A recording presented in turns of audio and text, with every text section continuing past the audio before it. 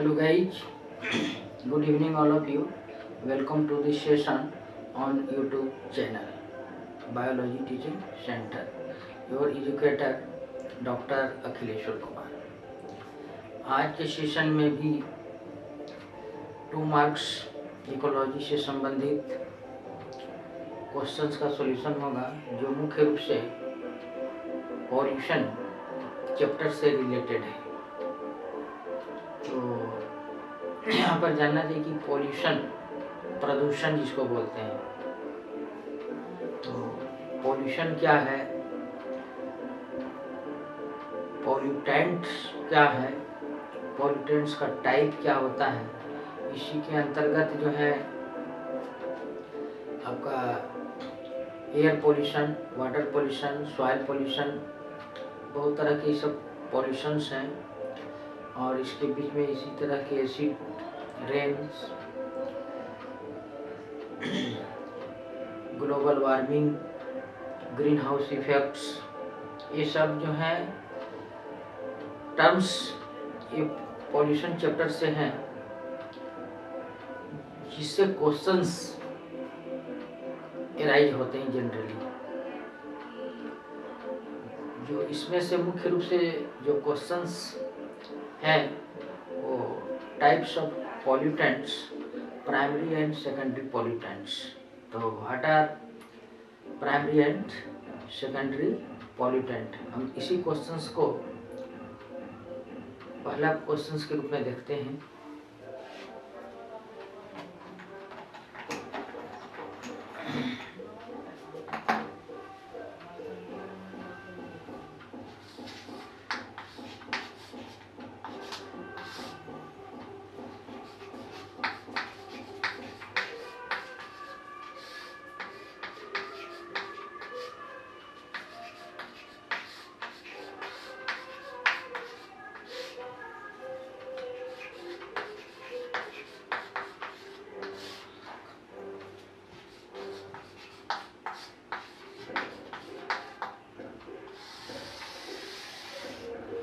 ये आपका क्वेश्चन है प्राथमिक एवं द्वितीयक प्रदूषक।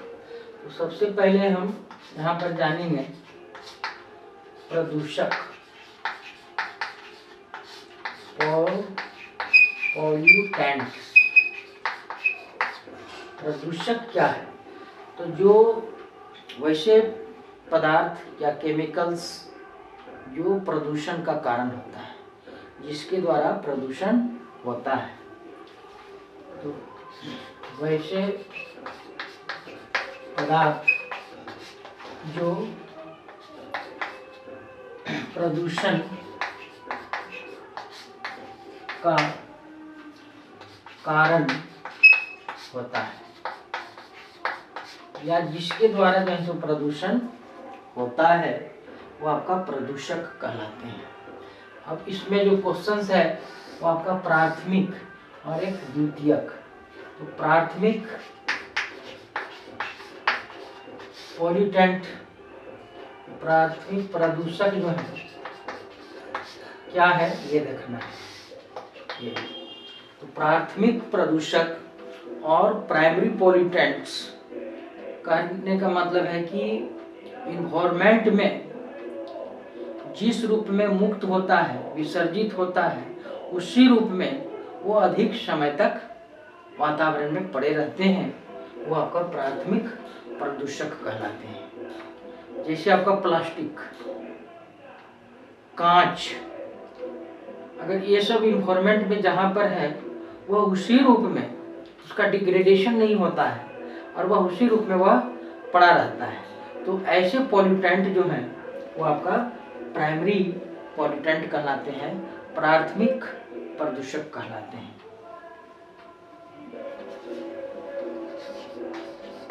वैसे प्रदूषक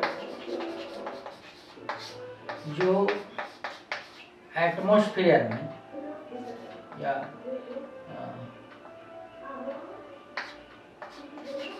वातावरण में जिस रूप में विसर्जित होते हैं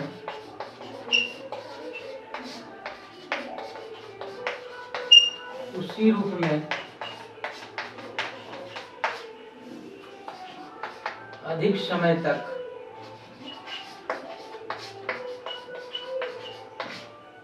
रहते हैं, प्राथमिक प्रदूषक कहा जाता है।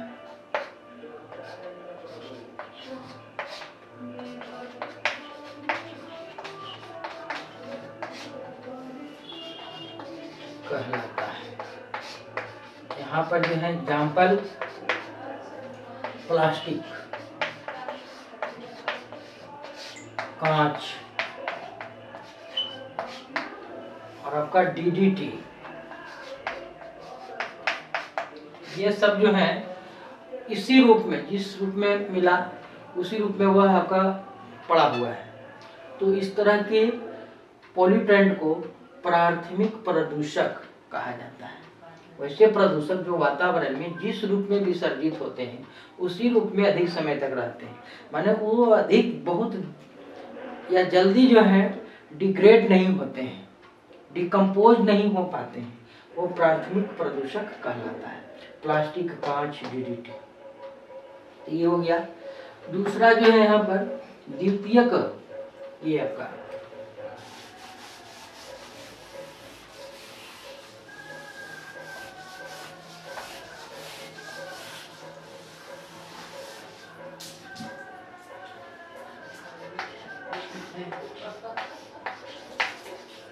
द्वितीयक प्रदूषक, इसे जो है सेकेंडरी पॉल्यूटेंट्स कहते हैं।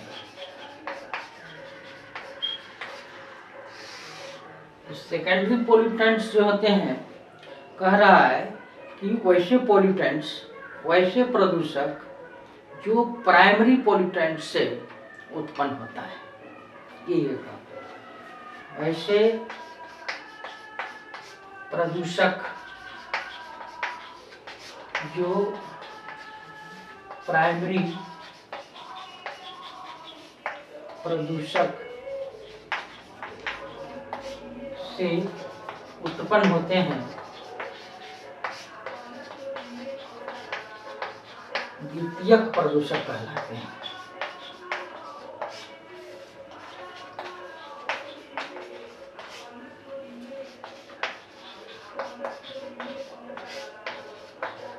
ये आपका हुआ।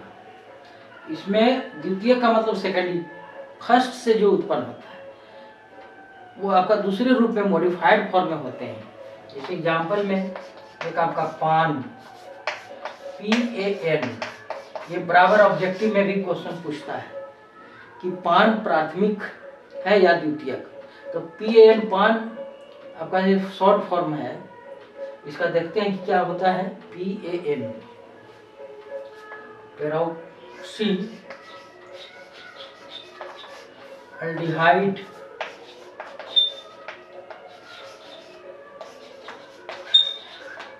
नाइट्रेट,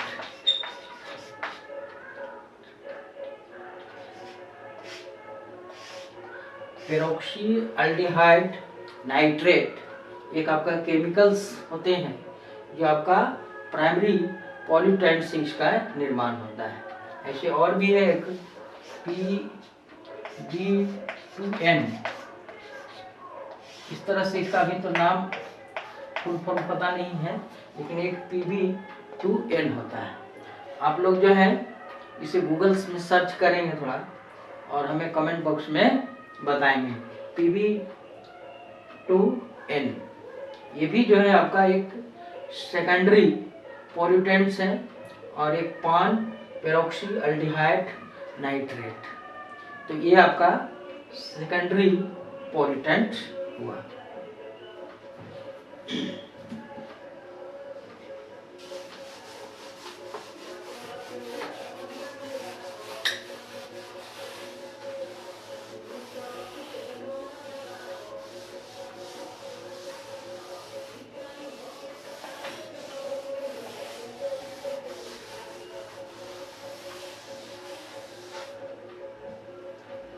क्वेश्चन नंबर 2,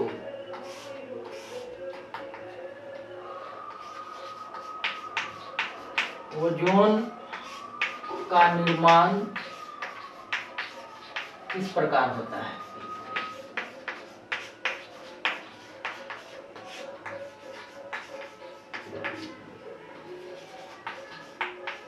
इसका क्या महत्व है?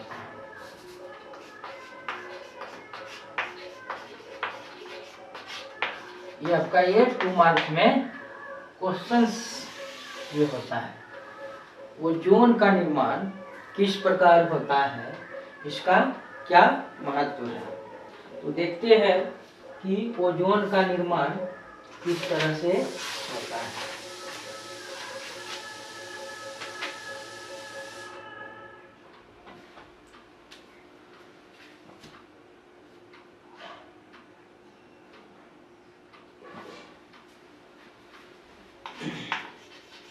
इसका आंसर है कि ओजोन या O3 जो है, इसका नाम है इसे ओजोन, मानव क्रियाकलापों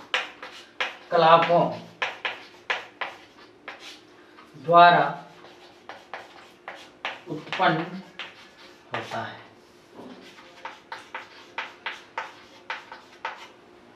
इसमें जो है आपका NO2 जो है आपका लाइट की उपस्थिति में NO प्लस O, यहाँ पर O जो है वो आपका नवजात ऑक्सीजन इसको बोलते हैं, नवजात ऑक्सीजन,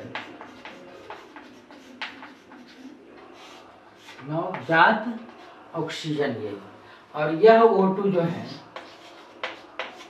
वायुमंडलीय एटमॉस्फेरिक ऑक्सीजन से मिलकर ये आपका O3 या इसको जो है आपका ओजोन का निर्माण करता है। तो यही आपका ओजोन का निर्माण किस प्रकार होता है और इसका क्या महत्व है ये देखना है। तो यही आपका हुआ कि O3 जो है मानव क्रियाकलापों द्वारा उत्पन्न होता है। इसमें NO2 जो है लाइट की उपस्थिति में पहले आपका NO प्लस वो जो है आपका नवजात ऑक्सीजन हुआ और यह एटमॉस्फेरिक O2 से मिलकर O3 का निर्माण करता है। अब इसका महत्व क्या है? एटमॉस्फेयर में, वायुमंडल में इसकी एक मोटी परत बन जाती है। वायुमंडल में O3 की एक मोटी परत बन जाती है जो या जिसके फलस्वरूप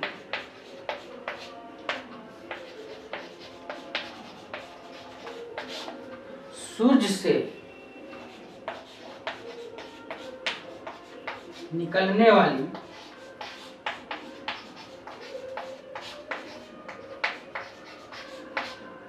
अल्ट्रावायलेट UV अल्ट्रावायलेट किरणों को पृथ्वी तल पर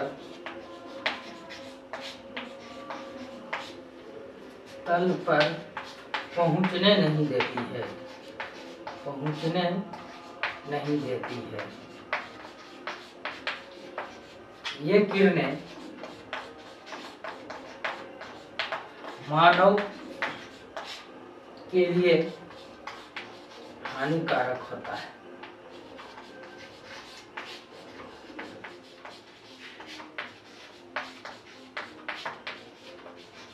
ये आपका है।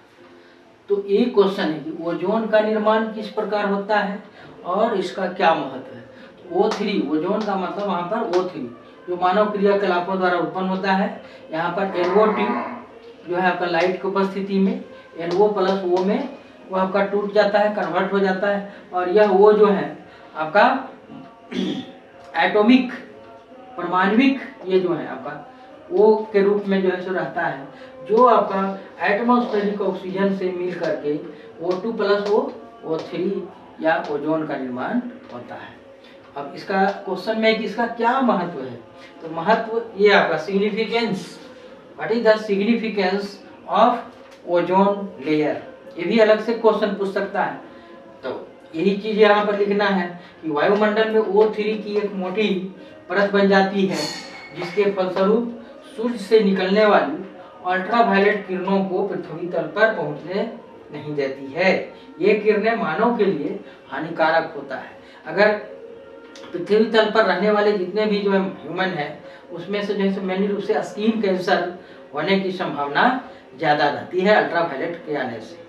तो यह एटमॉस्फेयर में जो है आपका ओजोन मंडल है, क्षोभ मंडल जो सबसे निचली परत है, दूसरा परत जो है सो समताप मंडल है, उसी तरह से बीच में जो है मध्य मंडल है, और उसके ऊपर जो है आपका ओजोन मंडल है। ये आपका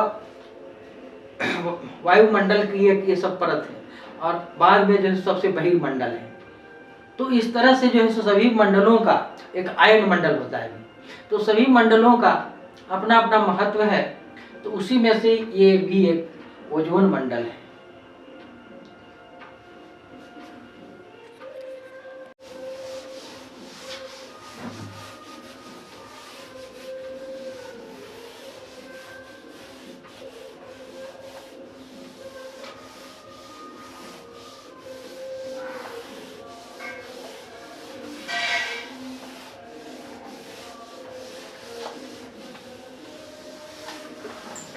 Next questions.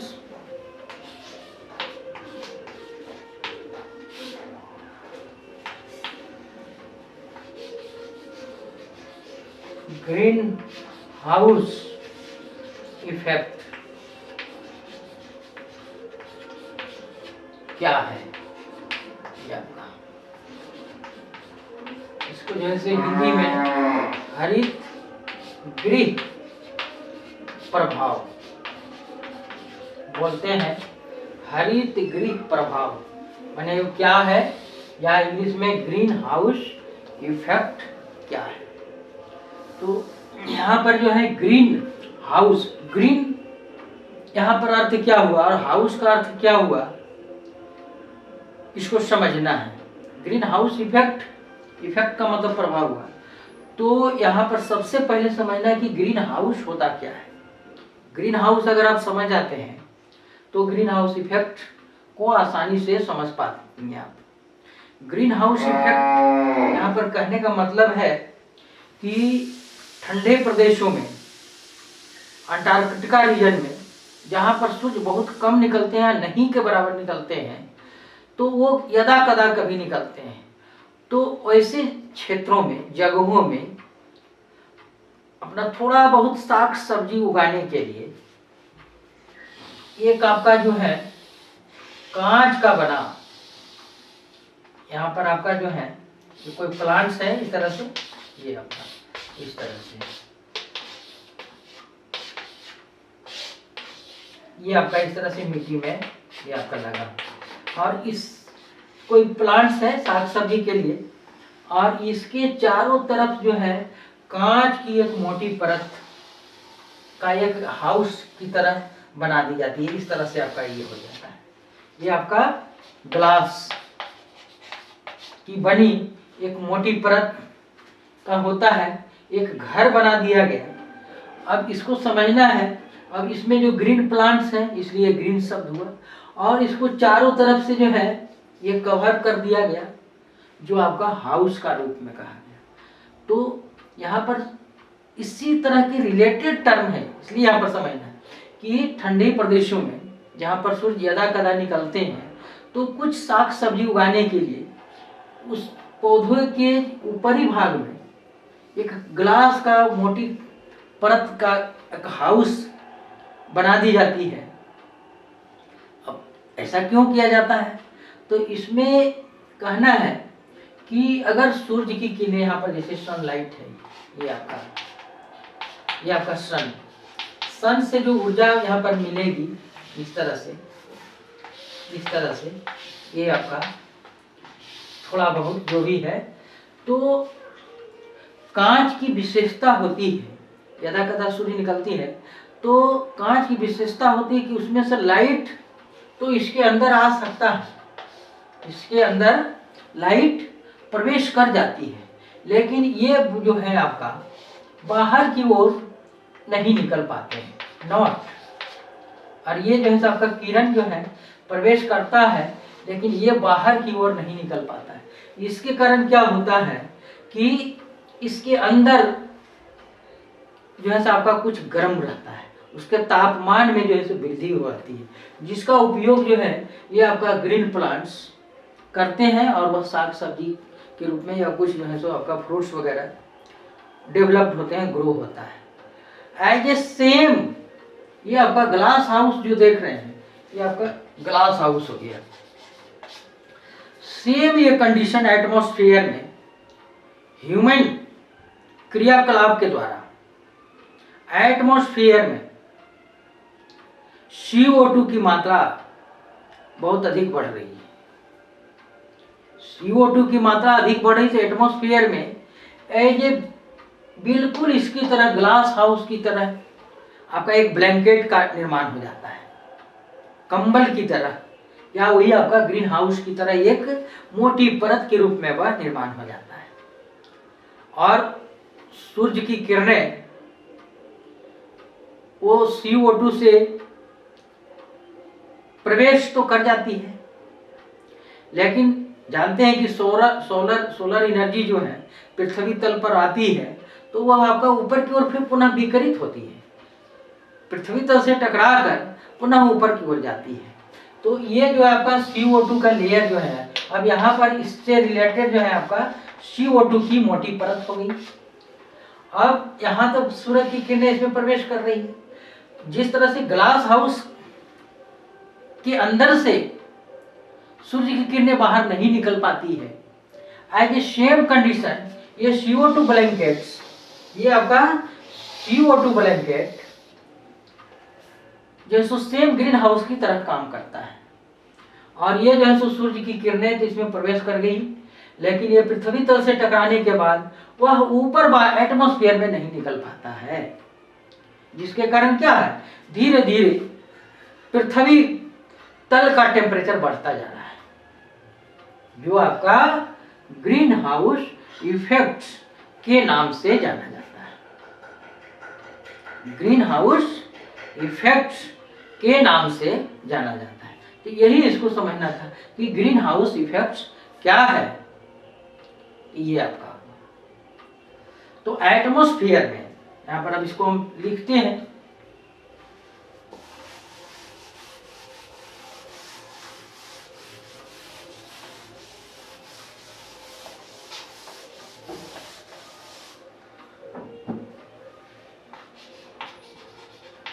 मानव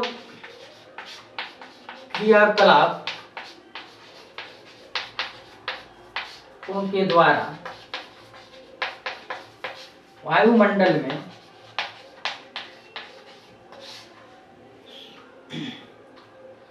CO2, CH4, ओजोन, ये सब जो है CO2, CH4, O3 के गैसों etc गैसों में वृद्धि हुई है, जो ग्लास हाउस की तरह कार्य करते हैं।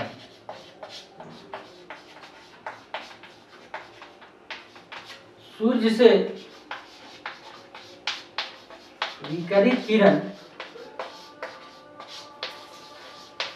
पृथ्वी तल पर पहुंचती है, जहां से पुनः टकराकर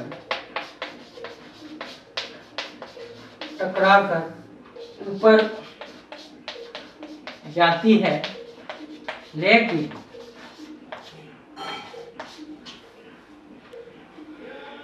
ग्लास हाउस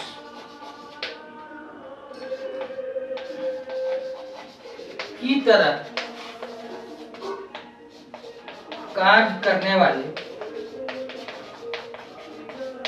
CO2 की या ग्रीन हाउस गैसेस इसको भी बोल सकते हैं। ग्रीन हाउस गैसेस, ये आपका वही CO2, CH4, ये आपका, ये सब आपका जो है हिंदी रूप से। तो ग्रीन हाउस गैसेस ऊष्मा को बाहर नहीं जाने देता है, जिसके फलस्वरूप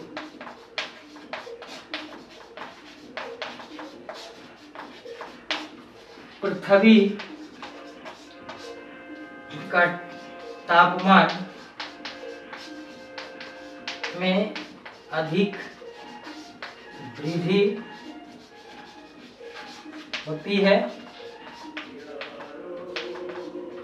ग्रीन हाउस इस परिघटना को, या ग्रीन हाउस इफेक्ट कहलाता है, इस परिघटना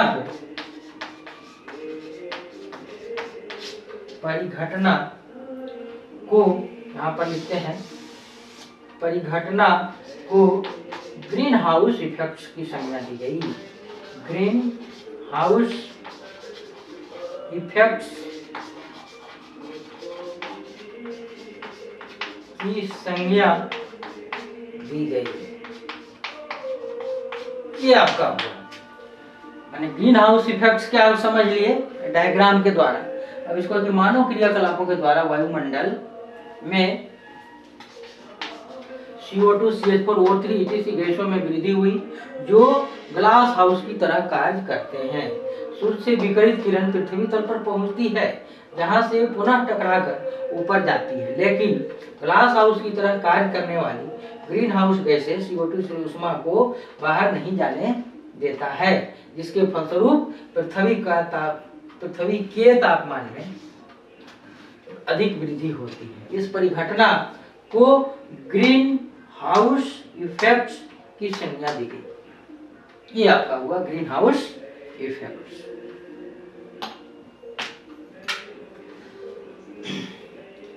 तो मैं ऐसा आई होप दैट ये सब कंसेप्ट जो है आप लोगों को समझने में आसानी हुई होगी, और तो इसी तरह के और अधिक सेशंस के लिए जो है आप चैनल को निश्चित रूप से सब्सक्राइब करें। बहुत सारे ऐसे हैं जो सब्सक्राइब करते ही नहीं हैं, ना वीडियो को लाइक करते हैं, तो वैसा नहीं करें। आप चैनल को सब्सक्राइब करें, वीडियो को लाइक करें, और जो है अपने फ्रेंड्स एंड क्लासमेट्स के बीच शेयर अवश्य करें, जिससे जो है अधिक से अधिक सभी लोग लाभान्वित हो सकें। तो ये ध्यान रखना चाहिए। देखते हैं आगे।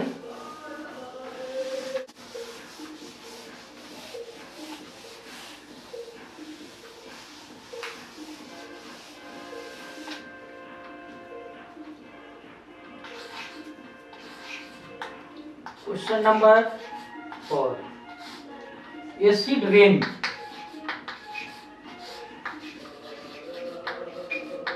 अम्लीय वर्षा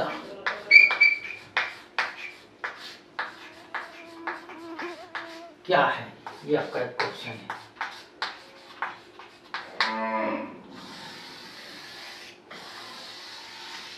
एसिड रेन, एसिड का मतलब यहाँ पर अम्ल, अम्लीयता, और अम्लीयता का मतलब क्या होता है हम लोग जानते हैं। एक pH स्केल पढ़े हुए हैं, जिसमें क्या होता है pH स्केल में आपका pH का मान जो है इसका 0, 1, 2, 3, 4, 5, 6, 7, 8, 9, 10, 11, 12, 13 और 14 तक ये एक स्केल माना गया है। और यहाँ पर जो है ये जो है यहाँ पर क्या माना जाता है, इस तरह से उदासीन होता है। जब pH का मान उदासीन, pH का मान अगर 7 है तो वह आपका उदासीन होता है, और लेस देन 7 माने आपका यहाँ से यहाँ तक का अगर मान है तो आपका एसिडिक होता है, अम्लीय होता है, ये मात्रा। अगर पीएच का मान 1 2 3 4 5 6 है तो आपका अम्लीय होगा, और 7 से जैसे ही आगे आपका आगे की ओर बढ़ेगा इधर, वो आपका इसका क्षारीय होता है। तो यहाँ पर एसिड रेन यही समझना है। ये आपका पीएच स्केल हुआ। Positive hydrogen ion, positive hydrogen ion में किसी आपका सॉल्यूशन का जो है किस रूप में, ये है एसिडिक, क्षारीय और आपका न्यूट्रल। पीएच प्योर वाटर जो होते हैं उसका जो है आपका मान जो है सो आपका पीएच बराबर 7 होता है। अब जो भी एसिड्स हैं, जैसे अगर मान लिया जाए कि नींबू का रस, तो जानते हैं कि खट्टा होता है, अम्लीय है, तो इसका मतलब उसका पीएच मान जो है सो 7 से कम होगा, लेस देन 7 होगा। टार्टेरिक एसिड इमली है, तो उसका जो रस होगा वो आपका उसका मान पीएच मान जो है सो 7 से कम होगा। अब यहाँ पर क्षारीय है, CaOH का होल 2, MgOH का होल 2, ये सब का अगर सॉल्यूशन, तो इसका मान जो है सो 7 टू ग्रेटर देन होगा, 7 से ग्रेटर देन होगा तो आपका क्षारीय होगा। तो यहाँ पर एसिड रेन का मतलब ये हुआ कि आपका एटमॉस्फेयर में ह्यूमन क्रियाकलाप के एक्टिविटीज के द्वारा जो है SO2, NO2, ये सब जो है सो गैसेस आपका ऊपर कल कारखानों से आपका निकलते हैं, और वो आपका जल के, वर्षा के जल के साथ मिल करके सल्फ्यूरिक एसिड और नाइट्रिक एसिड अम्ल जैसे बना लेते हैं। और उसका मान जब कहता है, एसिड रेन का जो मान होता है, एसिड रेन जिसको हम बोल रहे हैं, तो पीएच आपका जब 5 होता है तो आपका वो अम्लीय वर्षा या एसिड रेन कहा जाता है। माने जब वर्षा के जल का मान, जब एसिड रेन माने वर्षा के जल का मान अगर पीएच उसका 5 है तो वह आपका एसिड रेन की संज्ञा दी जाती है। जो आपका पृथ्वी तल पर रहने वाले पेड़ पौधे, स्मारक और जीव जंतुओं के लिए वो हानिकारक होता है। तो यही आपका एसिड रेन हुआ, इसको समझना है। तो ये आपका पीएच स्केल्स सब पढ़े होंगे आप लोग केमिस्ट्री में, तो ये यहाँ पर समझना था। तो वही आपका एसिड रेन समझना है।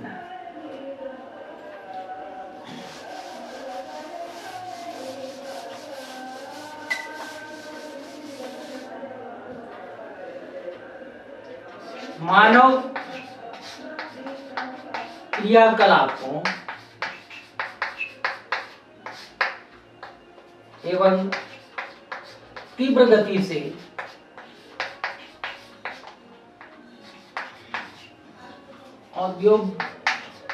औद्योगिक क्षेत्रों के विकास से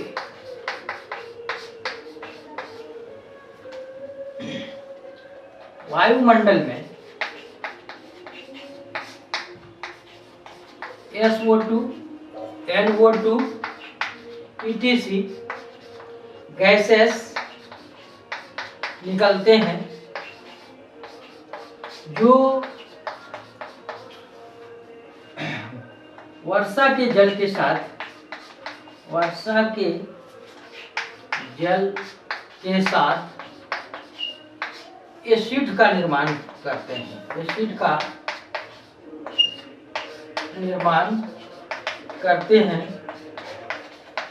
और जब यह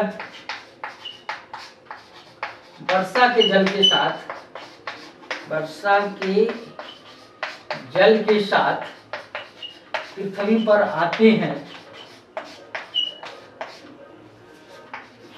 आते हैं तो उसे एसिड रेन की संज्ञा दी गई, संज्ञा दी गई। यही आपका एसिड रेन क्या है, तो ये हुआ। अब देखिए यहाँ पर SO2 है प्लस आपका वाटर है, तो H2SO3 बना, और फिर जो है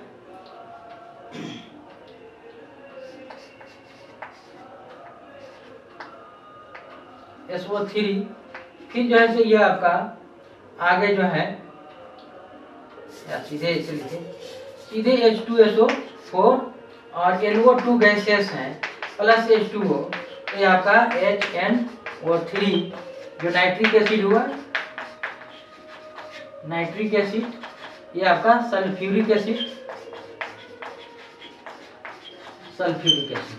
तो ये SO2 और H2O मिल करके H2SO4 का निर्माण करते हैं। NO2H2O जो है ये आपका, उसी तरह से CO2 जो है प्लस वाटर के साथ मिल करके ये आपका H2CO3 कार्बोनिक एसिड का निर्माण करते हैं। तो यही आपका एसिड रेंज है। अब अम्लीय वर्षा, इसका क्या दुष्परिणाम है, इसका इफेक्ट्स क्या है, ये देखेंगे। ये आपका एसिड रेन हुआ।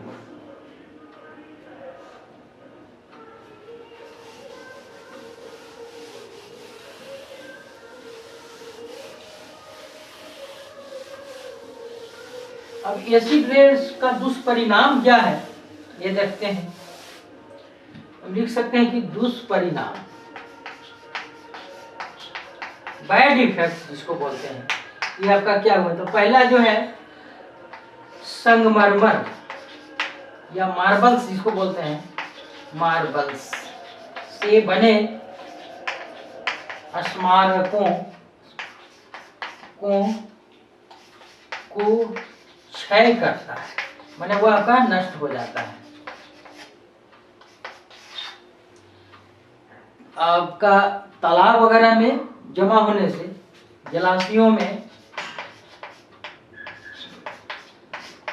जमा होने पर अम्लीयता में वृद्धि होने के कारण जल में रहने वाले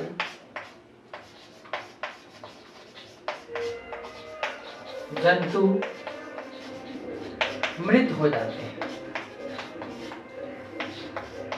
तो इसका ये दुष्परिणाम हुआ। ये मार्बल्स का मतलब यहाँ पर समझना है कि CaCO3 कैल्शियम कार्बोनेट होता है, और ये जो है आपका कैल्शियम कार्बोनेट, इसका मेनली रूप से मार्बल्स होता है। अब ये जो है आपका H2SO4 यहाँ पर है, प्रतिक्रिया करेगा तो ये आपका क्या बन जाएगा, CaSO4 कैल्शियम कार्बोनेट बन जाएगा, H2O प्लस CO2 का निर्माण होता है। तो CaSO4 के रूप में वह माने आपका वीक हो जाता है, पीले रंग के बदल जाते हैं, उसका अस्तित्व तो समाप्त हो जाता है। तो CaSO4 plus H2O plus CO2 के रूप में यह आपका बदल जाता है। ये H2SO4 या जो आपका एसिड रेन के साथ जो है मिला हुआ रहता है। तो इसका ये आपका दुष्परिणाम हुआ। तो ये आप यहाँ पर देख रहे हैं। तो अब इसी के साथ हम आज का सेशन यहीं पर समाप्त करते हैं। और अगर पुनः हम रिपीट करते हैं कि आप बायोलॉजी टीचिंग सेंटर चैनल को निश्चित रूप से सब्सक्राइब करें, क्योंकि सब्सक्रिप्शन बढ़ने से मेरा जो है सो मनोबल जो है हाई होता है और मैं अधिक से अधिक सेशन लाने में समर्थ होता हूँ। और अगर वीडियो पसंद है तो लाइक अवश्य करेंगे, और अगर कोई इंक्वायरी रहे या कोई क्वेश्चंस अगर दिमाग में उठ रहा हो तो कमेंट बॉक्स में अवश्य लिखेंगे, और अपने फ्रेंड्स एंड क्लासमेट के बीच शेयर अवश्य करेंगे। Thank you, good night, take care.